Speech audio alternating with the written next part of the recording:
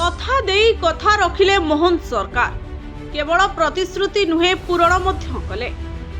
निर्वाचन आगुरु जहाँ प्रतिश्रुति देइथिला बीजेपी ताहा पूरण करिछे।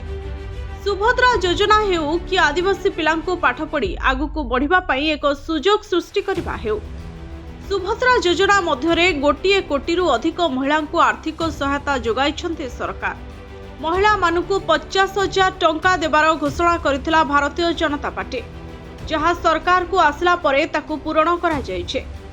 केवल सेतिकी नुहे, महिला मानुको लक्षपति हेबारे मध्य सहायता जोगाउछन्ते सरकार। 17 लक्षरु अधिक महिला लक्षपति मध्य होइछन्ते।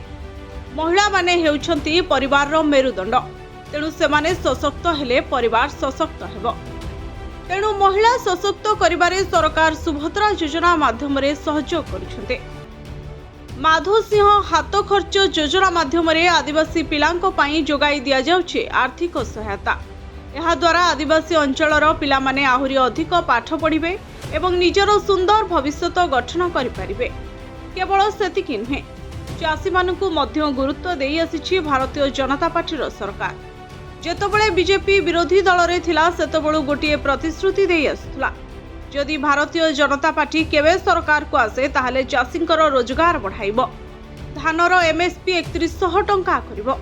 आउ आज चाषी को मिलुछि क्विंटाल प्रति 3100 टंका। स्वास्थ्य क्षेत्र में मध्य आयुष्मान योजना भली जुगान्तकारी पदक्षेप निया जाइछे।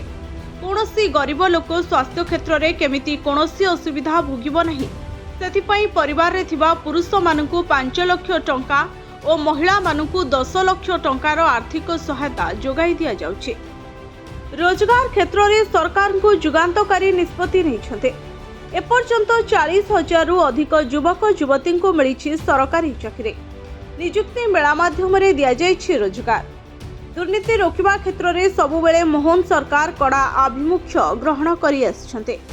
दुर्नीतिखोर अधिकारी उपरे कड़ा कार्यानुष्ठान ग्रहण करा सहित 2024-25 रे रेकर्ड संख्यक अधिकारी विजिलेंस विभाग हाथ में धरा पड़िछन्ते।